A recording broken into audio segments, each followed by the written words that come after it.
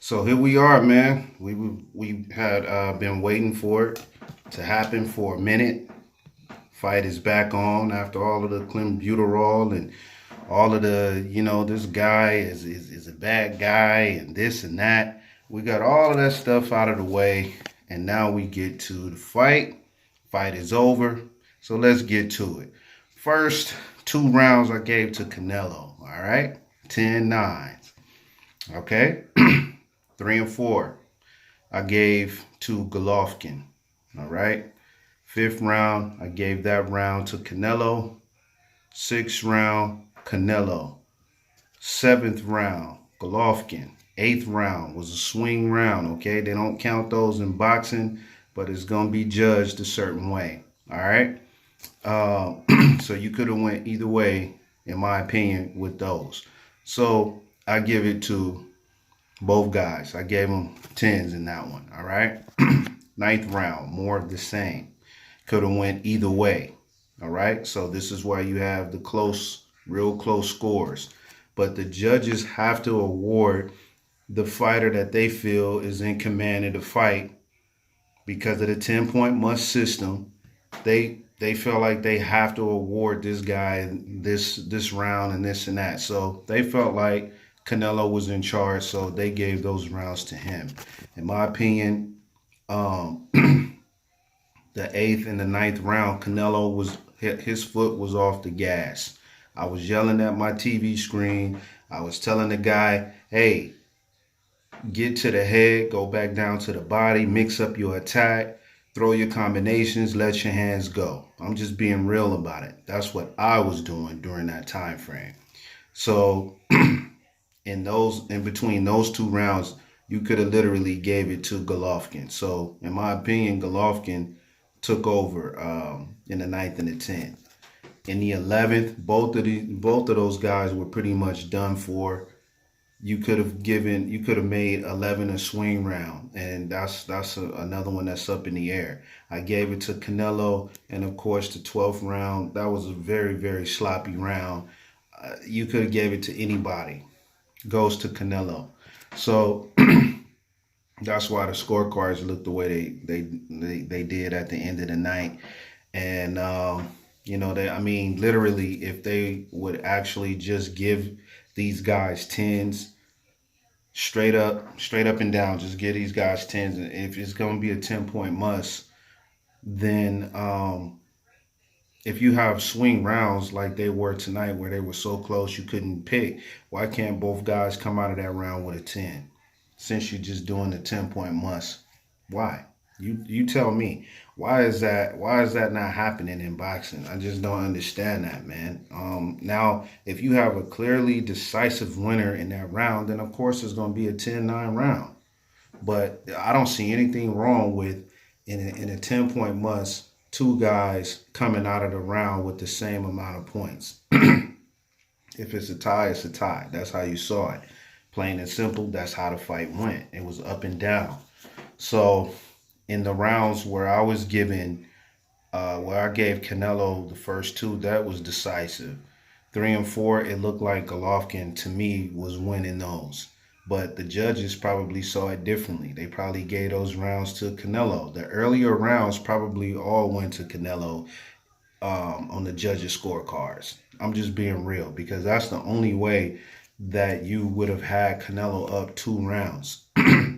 That's the only way, because on my scorecard where I had tie rounds, Canelo only won by 1 round. So if you got him up 2 rounds, something happened on their scorecard in the earlier rounds of the fight. It had to. It had to. I'm gonna say the trouble in the fight happened between the 8th, the 9th, and the 11th round. That's where you had your problems at.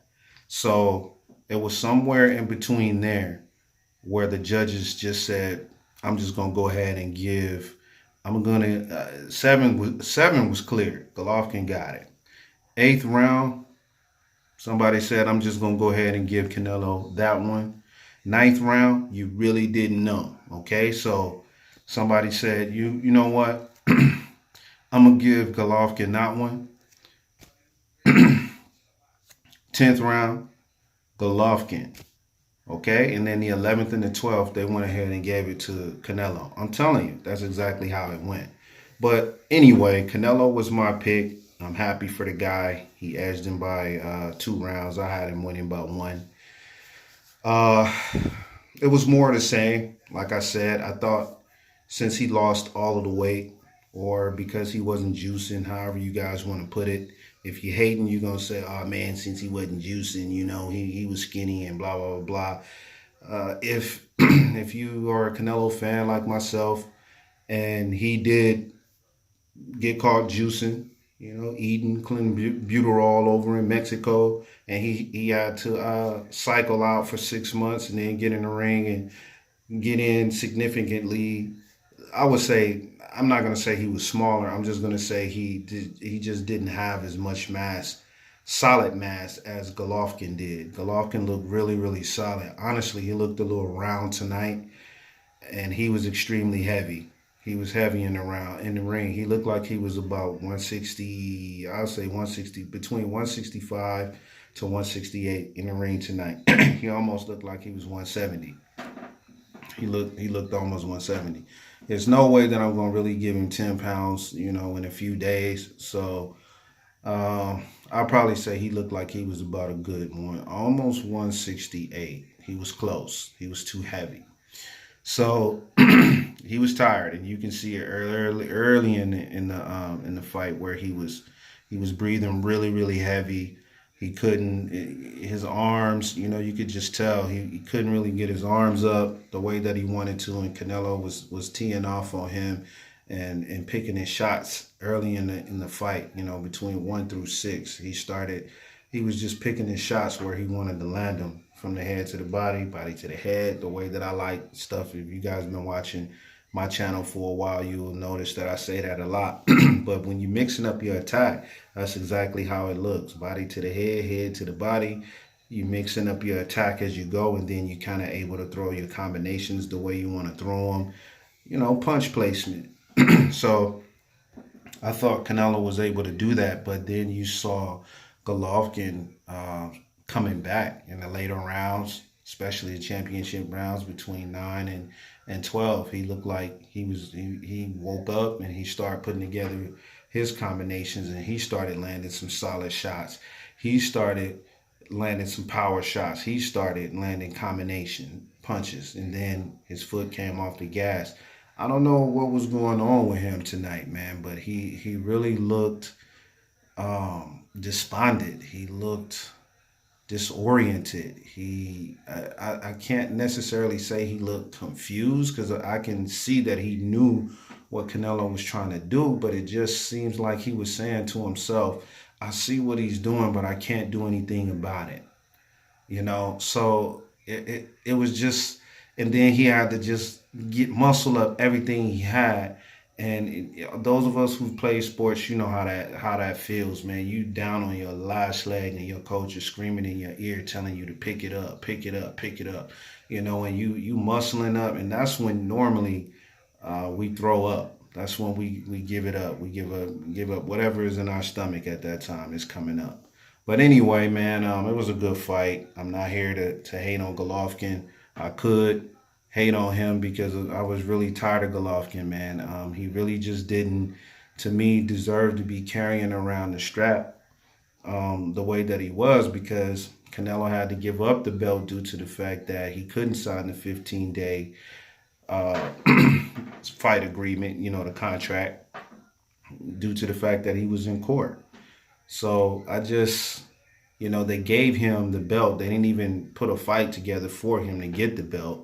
Canelo had to get the belt from Miguel Cotto, and then he had a fight with Khan, and then it was okay. Right after the Khan fight, we need you to sign an agreement to fight Golovkin, and they already knew that he was in legal trouble and he wasn't going to be able to sit down and hash through the negotiations the way that he wanted to. So when that happened, it was just like, oh well, we want, since he can't negotiate the way that we need him to, we just gonna go ahead and file our complaint with the WBC and tell him that he need to get off the belt then. so that we can continue fighting and we can parade around with all of the belts. I have no problem with Golovkin walking around with all of the other belts that he had. But that WBC belt that Canelo obtained, he earned it. He went up and he fought Miguel Cotto. Miguel Cotto earned that belt, and Canelo earned it from him. He might have been the older guy, blah, blah, blah, blah, but tonight you can easily say Triple G was the older guy. You see? So at the end of the day, that's what I was really upset about with Triple G was the fact that he was parading around like he was the true champion in the division, and he really didn't earn the right to carry that strap. And that's what really had me upset about him. Other than that, I can't really. All the rest of that stuff comes along with the territory of the sport. Guys talking about each other and Abel Sanchez trying to get guys to stand in front of him so he can knock them out and all of that. That's part of the sport. But anyway, man, I'm out and I'm on to the next one. Peace.